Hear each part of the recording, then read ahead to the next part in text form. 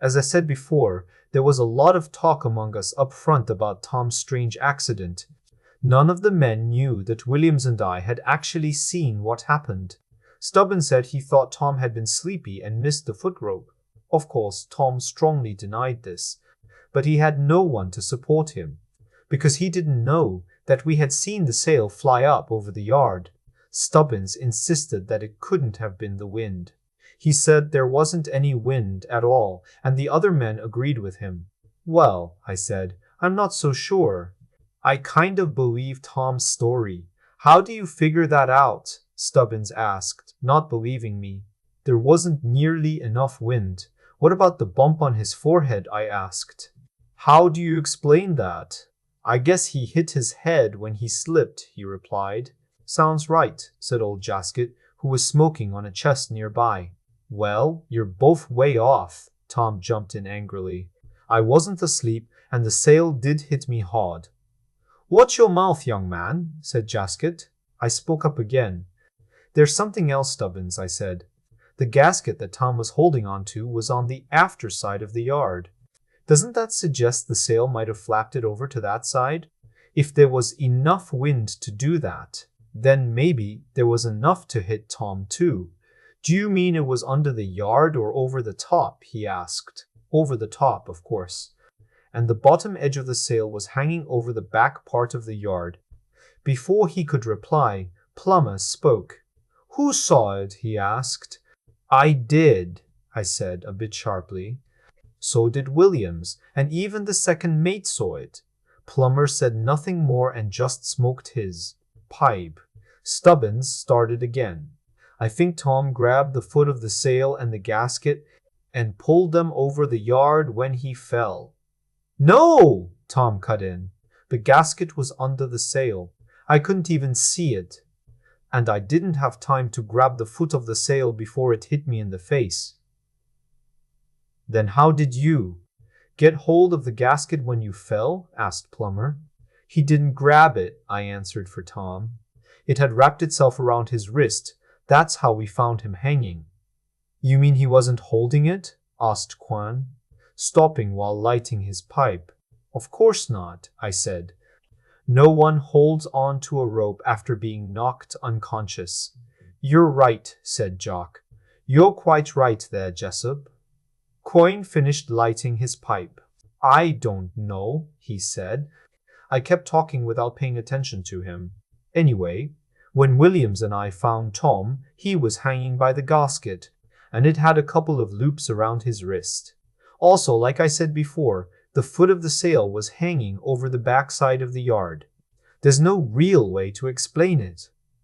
I looked at Williams to suggest we should tell them what we had seen, but he shook his head. After thinking for a second, I realized it wouldn't help. We didn't fully understand what had happened, and our half-true guesses would only make the story sound more ridiculous. We decided it was best to wait and watch. If we could get real proof, then maybe we could tell everything without being laughed at. I came out of my thoughts suddenly. Stubbins was talking again, arguing with someone else. With almost no wind, it just can't happen.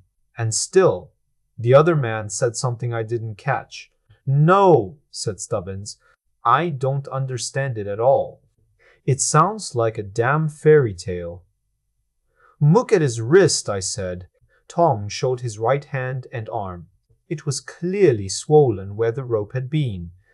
Yes, said Stubbins. That's real enough, but it doesn't explain anything. I didn't reply. Stubbins was right, it didn't prove anything, so I let it go. Still, I told you this so you understand how we saw the event in the forecastle. Even so, it didn't stay on our minds for long because, like I said, there were more strange things coming. The next 3 nights passed quietly. Then, on the 4th night, all the strange signs and warnings suddenly ended in something dark and frightening. Yet the whole thing was so unclear and hard to understand, even the event itself, that only the people who had truly felt the strange fear could really understand how terrifying it was. Most of the men just started to say the ship was unlucky, And of course, there were the usual talks of there being a Jonah on board. Still, I can't say none of the men felt that something horrible was going on. I'm sure some of them did, at least a little. I think Stubbins was one of them. But I don't think he really understood even a quarter of what was behind all those strange things that had disturbed our nights. He didn't seem to realize the personal danger that was becoming more and more obvious to me. I guess he didn't have the imagination to connect the events, to see how they were part of a pattern. But I also shouldn't forget that he didn't know about the first two strange incidents. If he had, maybe he would have thought like I did. As things were, he hadn't shown any understanding, not even about Tom and the Four Royal. But, after what I'm about to tell you, he finally seemed to understand a little of the danger and the strange possibilities we faced. I clearly remember the fourth night. It was a clear, starry night without a moon, or perhaps only a thin crescent since it was near the new moon phase. The wind had picked up slightly but stayed steady, and we were moving at 6 or 7 knots. It was our middle watch on deck, with the ship filled with the sound of the wind above. Williams and I were the only ones on the main deck. He leaned over the weather rails smoking, while I paced between him and the forehatch. Stubbins was on lookout. 2 bells had passed, and I hoped it was nearly 8 so I could rest. Suddenly, a sharp crack like a rifle shot broke the silence, followed by the noise of sailcloth thrashing. Williams jumped from the rail and ran aft. I followed, and we looked up.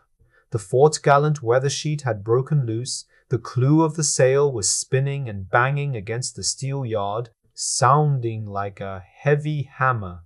I shouted that the shackle or a link had failed, and Williams grabbed the clew line as I helped. The second mate called from aft, and soon the watch joined us. We lowered the yard and secured the sail. Williams sent me down for a new pin while he unfastened the clew line. I returned, fixed the pin, clipped the clew line, and called the men to pull the rope. The shackle came free, and I climbed the topgallant yard holding the chain as Williams attached it. He fixed the clew line again and told the second mate we were ready to hoist. Williams joked that I should stay down to help while he stayed up lighting the sail. I warned him not to be scared, feeling refreshed by the wind. Then Williams said mysteriously, "There's more than one." I asked what he meant, but he said nothing. I asked how much he knew, but the second mate interrupted, ordering us to hurry. I offered to stay with Williams if he felt danger alone, but the second mate told me to go, saying he wasn't afraid. As we raised the sail, Williams shouted a muffled call. Then silence. The men on deck heard a strange rattling above the wind noise, like loose ropes shaking. The second mate asked if Williams was clear, but the reply was garbled and strange. Stubbins and Quine said Williams was mad, but the second mate shouted for him again.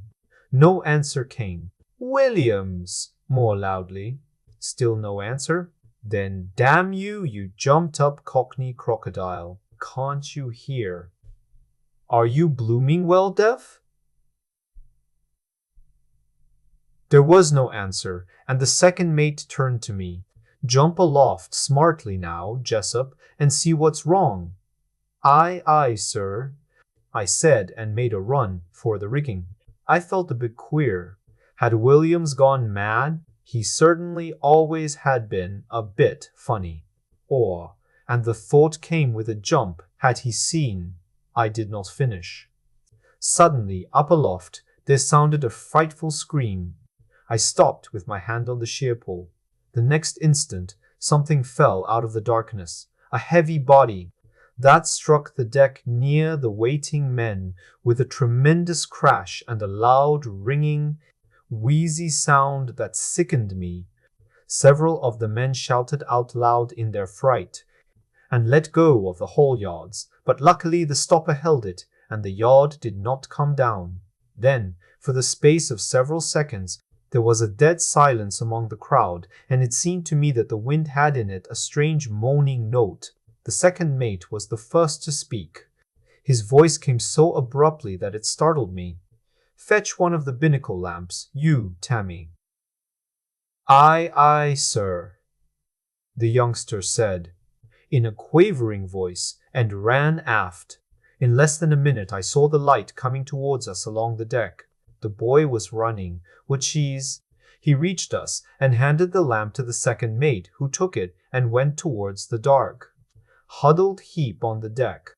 He held the light out before him and peered at the thing. "My God," he said, "it's Williams." He bent lower with the light, and I clearly saw it was Williams.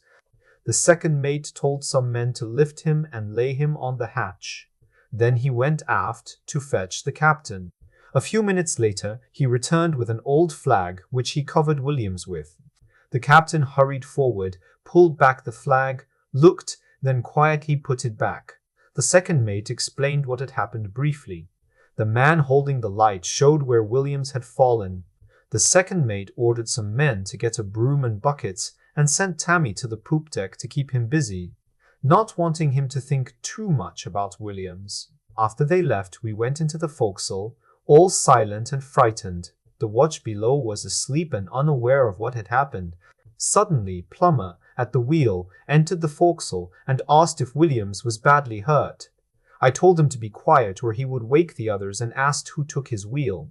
He said Tammy, sent by the second mate, and that Williams had fallen. He asked where Williams was, puzzled. I said Williams fell from the topgallant rigging and was lying smashed on the hatch, dead. Plummer guessed it was serious when he saw the captain come forward and asked how it happened. I said no one knew, glancing at Stubbins, who looked doubtful. Plummer said he heard Williams scream while at the wheel, so he must have been hurt aloft. Stubbins asked how, and Plummer guessed Williams might have jammed his fingers between the parrel and mast. Quine wondered if that explained why Williams swore at the second mate.